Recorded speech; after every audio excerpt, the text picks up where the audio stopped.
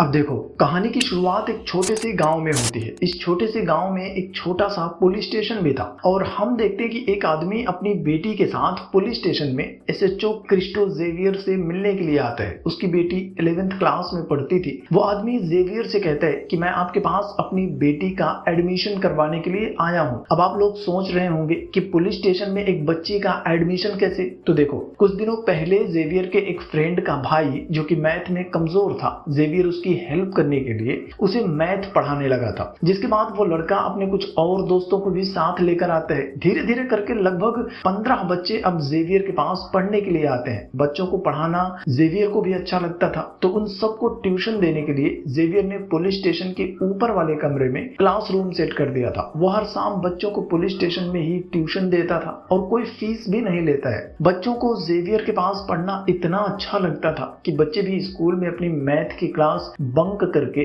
Xavier के पास पढ़ने के लिए आते थे। तो क्लास टीचर निमिषा मैडम को ये अच्छा नहीं लगता। वो स्कूल के प्रिंसिपल के पास जाती है, उनसे कहती है कि बच्चे मेरी क्लास छोड़कर चले जाते हैं तो मैं उन्हें कैसे पढ़ाऊंगी। आपको जेवियर से बात करनी चाहिए कि वो ये ट्यूशन बंद कर दे। जिसके बाद निमिषा और प्रिंसिपल दोनों पुलिस स्टेशन में आते हैं, जेवियर को अपनी प्रॉब्लम बताते हैं। तो जेवियर कहता है कि मैं तो बस बच्चों की मदद कर रहा हूँ, इससे उनका करियर बन जाएगा। निमिषा कहती है कि तो फिर मेरे करियर का क्या होगा? जिस पर जेवियर कहता है कि ठीक है, मैं बच्चों से बात कर लूंगा, वो लोग कल से क्लास बंक नहीं करेंगे। फिर जेवियर बच्चों की क्लास लेने चला जाता है। इसके बाद एक बूढ़ा आदमी मास्टर पुलिस स्टेशन में जेवियर से मिलने के लिए आता है। वो जेवियर को बताता है कि गांव के बाहर वाले कुएं में 2 आदमी चिकन वेस्ट डाल रहे थे और जब गांव के एक आदमी सतीश ने उन्हें रोकने की कोशिश की तो उन दोनों ने सतीश को बहुत मारा। जेवियर सतीश से पूछता है तो सतीश उसे गाड़ी का नंबर बता देता है और जेवियर पुलिस वालों से कहता है कि 1 घंटे के अंदर मुझे वो गाड़ी पुलिस स्टेशन में चाहिए। मास्टर कहता है कि कुएं में गंदगी डालने से बीमारी फैल रही है, प्लीज इसका भी कोई उपाय निकालो। जेवियर कहता है कि ठीक है, मैं कुछ करता हूँ। इसके बाद हम जेवियर के पास ट्यूशन पढ़ने वाले 2 बच्चों को देखते हैं, अखिल और आर्या। इन दोनों का चक्कर चल रहा होता है। तो एक शाम दोनों घर जा रहे होते हैं और अखिल आर्या को उसके घर के पास छोड़कर चला जाता है। जैसे ही आर्या घर के अंदर जाती है तो उसका भाई विवेक आता है और आर्या को मारना शुरू कर देता है। कहता है कि मार्केट में लड़के के साथ घूम रही है। आर्या के मम्मी पापा उसे विवेक से बचाते हैं और आर्या तुरंत अपनी टीचर निमिषा के पास जाती है, उन्हें सब कुछ बताती है। जिसके बाद अगले दिन निमिषा पुलिस स्टेशन जाती है और जेवियर को सब कुछ बता देती है। दरअसल विवेक जब कॉलेज में ग्रेजुएशन कर रहा था तब आर्या पैदा हुई थी और उसकी वजह से कॉलेज में विवेक के फ्रेंड्स उसे चिढ़ाते थे कि तेरे मम्मी पापा तो बुढ़ापे में भी, और इसकी वजह से विवेक आर्या से बहुत नफरत करता था और अक्सर वो आर्या को मारता रहता था। निमिषा से सब कुछ सुनने के बाद जेवियर अपने कांस्टेबल से कहता है कि विवेक को तुरंत पुलिस स्टेशन बुलाओ। दूसरी तरफ कुछ पुलिस वाले रोड पर चेकिंग कर रहे होते हैं। तभी एक लड़की बेट्सी अपनी स्कूटी से वहां आती है। कांस्टेबल उसका लाइसेंस मांगता है। बेट्सी कनाडा में रहती थी, कुछ दिनों के लिए यहाँ घूमने आई थी, तो वो उन्हें कनाडा वाला लाइसेंस दिखाती है और कांस्टेबल कहते हैं कि मैडम ये लाइसेंस यहाँ तो नहीं चलेगा। वो बेट्सी से कहते हैं कि पुलिस स्टेशन आकर लोकल प्रूफ जमा कर देना और स्कूटी लेकर चली जाना। और वो लोग बेट्सी की स्कूटी लेकर पुलिस स्टेशन आ जाते हैं। इधर तब तक विवेक भी पुलिस स्टेशन आ जाता है। जेवियर उसे खींचकर एक चांटा लगाता है, वार्निंग देता है कि दोबारा आर्या पर हाथ मत उठाना वरना बहुत बुरा होगा। विवेक पुलिस स्टेशन से बाहर निकलता है तो शेरली को देखता है। वो बेट्सी के साथ उसकी स्कूटी छुड़वाने के लिए आई थी। वो विवेक से बात करती है। दरअसल विवेक को नौकरी की जरूरत थी। वो भले ही पढ़ा लिखा था लेकिन नौकरी नहीं मिल रही थी। फिलहाल वो मैथ्यू नाम के एक आदमी के पास ड्राइवर की नौकरी करता था और शेरली का हस्बैंड गल्फ कंट्री में काम करता है। तो शेरली उससे कहती है कि अगले हफ्ते तुम अपना पासपोर्ट लेकर घर आ जाना, मैं अपने हस्बैंड से बात कर लूंगी, वो तुम्हें गल्फ में जॉब दिलवा देंगे। शेरली से बात करते हुए विवेक ऊपर देखता है तो ऊपर वाले क्लासरूम में आर्या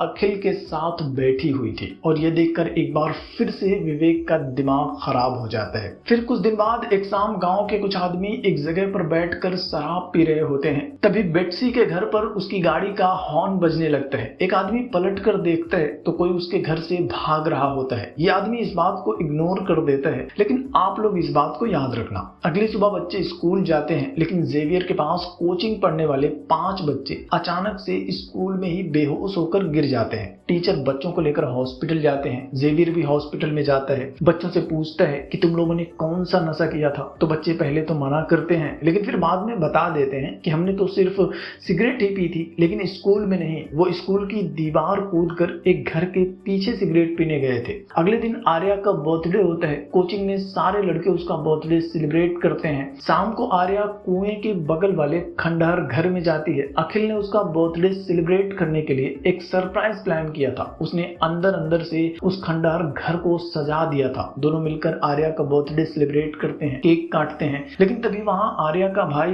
विवेक भी आ जाता है। वो आर्या और अखिल दोनों की जमकर कुटाई करता है। आर्या को बहुत बुरी तरह से मारता है। उसके हाथ की उंगलियां टूट जाती हैं। अगले दिन आर्या कोचिंग नहीं आती तो अखिल परेशान हो जाता है। वो अपने फ्रेंड को सब कुछ बताता है और उसे कहता है विवेक ने आर्या को बहुत मारा है, इस विवेक का कुछ तो करना ही पड़ेगा। फिर शाम में हम अखिल को देखते हैं। वो जंगली जानवरों का शिकार करने वाला एनिमल ट्रैप लेकर कुएं के पास जाता है। विवेक अक्सर कुएं के पास आता रहता था तो अखिल वो एनिमल ट्रैप रास्ते में कुएं के पास ही लगा देता है और छुपकर विवेक का इंतजार करने लगता है। थोड़ी देर के बाद विवेक वहां आता है। उसके हाथ में एक काली थैली होती है। विवेक उसे कुएं में डालने के लिए जाता है, तभी उसका पैर एनिमल ट्रैप में फंस जाता है और विवेक चीखते हुए कुएं में गिर जाता है। और ये देखते ही अखिल की हालत खराब हो जाती है। डर के मारे उसका पेशाब निकल जाता है, क्योंकि अखिल ने उसे इस तरह से मारने का प्लान तो नहीं किया था। अगले दिन अखिल भी कोचिंग नहीं जाता। आर्या भी कोचिंग नहीं आ रही थी तो पता करने के लिए जेवियर पहले अखिल के घर जाता है। अखिल की माँ बताती है कि कुछ दिनों से उसकी तबीयत बहुत खराब रहती है, इसलिए कोचिंग नहीं जा रहा। जिसके बाद जेवियर आर्या के घर जाता है तो पता चलता है कि विवेक ने आर्या को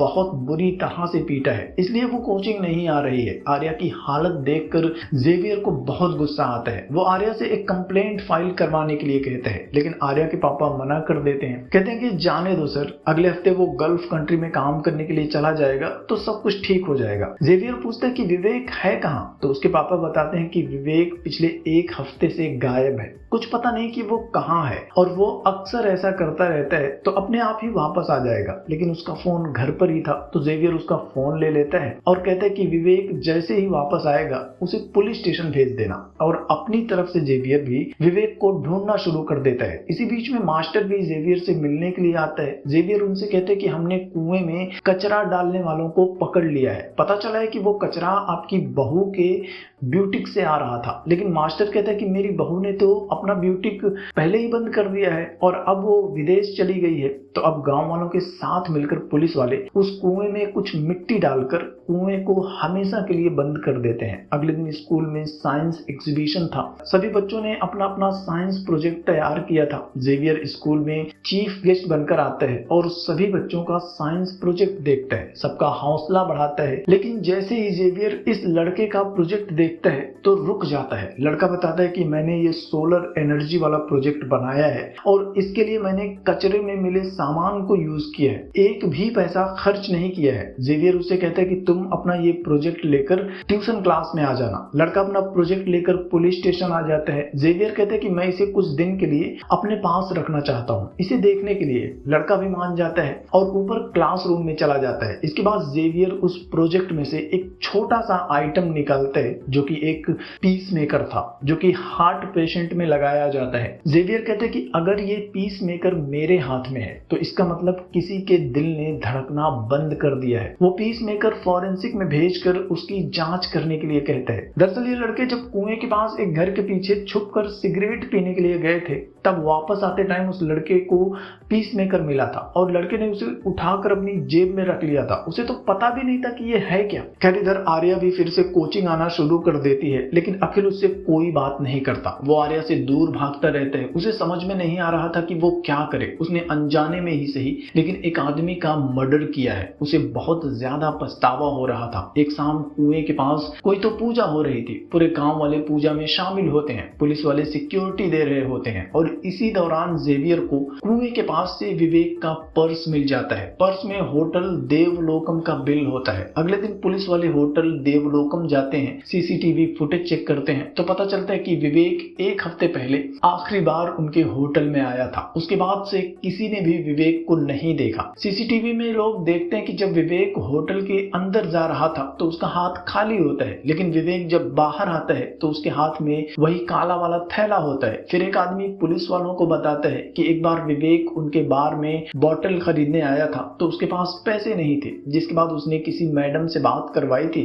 और वो बॉटल लेकर चला गया था। जेवियर अब पूरी तरह से विवेक को ढूंढने में लग जाता है। तभी उसे फॉरेंसिक वालों का कॉल आता है। फॉरेंसिक वाले जेवियर को बताते हैं कि वो पीस मेकर किसी लड़की का है जिसकी उम्र लगभग 20 से 25 साल की होगी, और हाँ, उसके ऊपर एसीटोन नाम के एक केमिकल का यूज किया गया था। पीस मेकर की आईडी से उन्हें लड़की का नाम और एड्रेस मिल जाता है। पता चलता है कि वो लड़की कनाडा वाली बेट्सी है, पुलिस वालों ने जिसकी स्कूटी को पकड़ा था। जिसके बाद जेवियर बेट्सी के घर जाता है। बेट्सी की स्कूटी भी वहां पर पार्क होती है, लेकिन घर पर कोई नहीं था। पड़ोसी बताता है कि एक शाम जब वो लोग शराब पी रहे थे तब उसने जल्दी जल्दी में एक आदमी को इस घर से भागते हुए देखा था। इसके बाद पुलिस वाले उस घर का सीसीटीवी फुटेज चेक करते हैं तो देखते हैं कि कुछ दिन पहले बेट्सी अपनी स्कूटी लेकर कहीं गई थी और थोड़ी देर बाद विवेक ने आकर स्कूटी को उसके घर पर पार्क किया था और उसके 7वें दिन से विवेक भी गायब है। पुलिस वालों को समझ में नहीं आता कि आखिर बेट्सी और विवेक के बीच में क्या कनेक्शन है। बेट्सी मर चुकी है ये तो कंफर्म था, लेकिन विवेक कहाँ है किसी को पता नहीं था। आगे की इन्वेस्टिगेशन में पता चलता है कि बेट्सी जब से इंडिया आई थी उसने हर छोटे बड़े काम के लिए शेरली से मदद मांगी थी, लेकिन आखिरी बार बेट्सी को उसके घर से जाते हुए देखा गया था। बेट्सी का पीस मेकर शेरली के घर के पीछे मिला था, लेकिन अब शेरली का वो घर गिराया जा चुका था, तो शायद बेट्सी की मौत शेरली के घर पर ही हुई है। उन्हें पता चलता है कि बेट्सी ने शेरली के अकाउंट में 3 करोड़ रुपए भी ट्रांसफर किए थे और वो 3 करोड़ रुपए शेरली के अकाउंट से मैथ्यू के अकाउंट में ट्रांसफर हुए हैं। इसके बाद जेवियर एक बार फिर से मैथ्यू को बुलाता है। उसे पूछता है कि तुम बेट्सी को कैसे जानते हो, लेकिन मैथ्यू कहता है कि मैं किसी बेट्सी को नहीं जानता। तो जेवियर खींचकर उसे एक थप्पड़ लगाता है। उससे पूछता है कि अगर तुम बेट्सी को नहीं जानते तो उसने तुम्हें 3 करोड़ रुपए क्यों दिए। मैथ्यू कहता है कि मैंने तो वो पैसे अपने एक दोस्त से लिए थे। दरअसल बेट्सी ने शेरली को, फिर शेरली ने मैथ्यू के एक दोस्त को, और मैथ्यू के दोस्त ने मैथ्यू को पैसे ट्रांसफर किए थे। जेवियर मैथ्यू से पूछता है कि आखिर शेरली ने तुम्हें पैसे क्यों दिए थे। तो अब डर के मारे मैथ्यू उन्हें सारी सच्चाई बता देता है, जिसे सुनते ही जेवियर को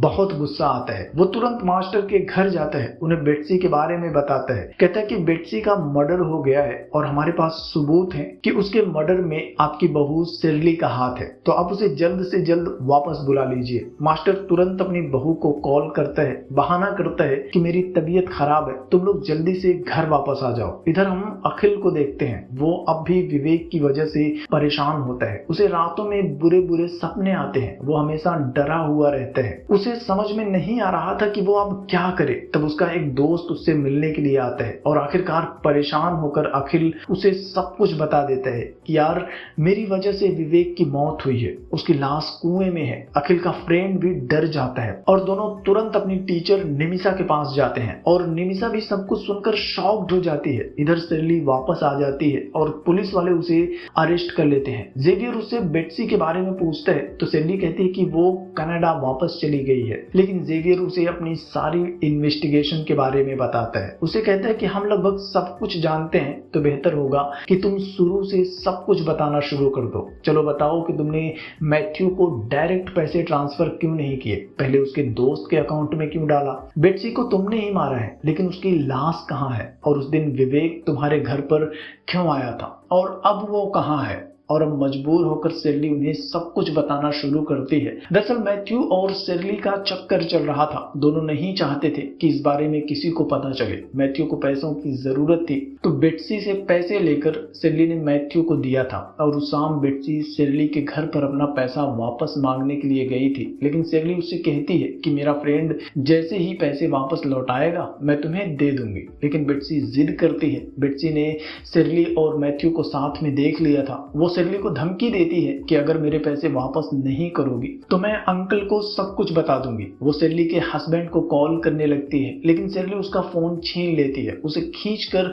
एक थप्पड़ लगाती है, तो बेट्सी भी थप्पड़ का जवाब थप्पड़ से देती है। एट द सेम टाइम विवेक भी वहां आ जाता है और वो तुरंत बेट्सी को खींचकर एक थप्पड़ लगाता है। बेट्सी नीचे गिर जाती है। हाल ही में उसका पीस मेकर लगा था, वो ऑलरेडी कमजोर थी और एक थप्पड़ में ही उसकी मौत हो जाती है। जिसके बाद शेरली विवेक से कहती है कि तुम एक काम करो, इसकी गाड़ी को इसके घर पर छोड़ दो और अपना फोन बंद करके कहीं चले जाना। और मैं बुलाऊंगी तो आना। विवेक चला जाता है। इधर सेल्ली बेट्सी की लाश को बाथ टब में डालती है और उसके ऊपर एसीटोन केमिकल डाल देती है, जिससे कि बेट्सी की लाश गल जाती है। अगले दिन विवेक वापस उसके घर आता है तो सेल्ली ने बड़े बड़े थैले में बेट्सी की लाश को पैक कर दिया था। वो विवेक से कहती है कि मैं बस इतना ही कर सकती हूँ, आगे का काम तुम्हें करना होगा। मेन रोड पर से मत जाना क्योंकि वहां सीसीटीवी लगा हुआ है, लेकिन किसी को पता नहीं चलना चाहिए कि तुमने इन बैग्स को कहां पर फेंका है। सेल्ली ने जैसा कहा था विवेक बिल्कुल वैसा ही करता है, और जब वो आखिरी बैग फेंकने के लिए कुएं के पास गया था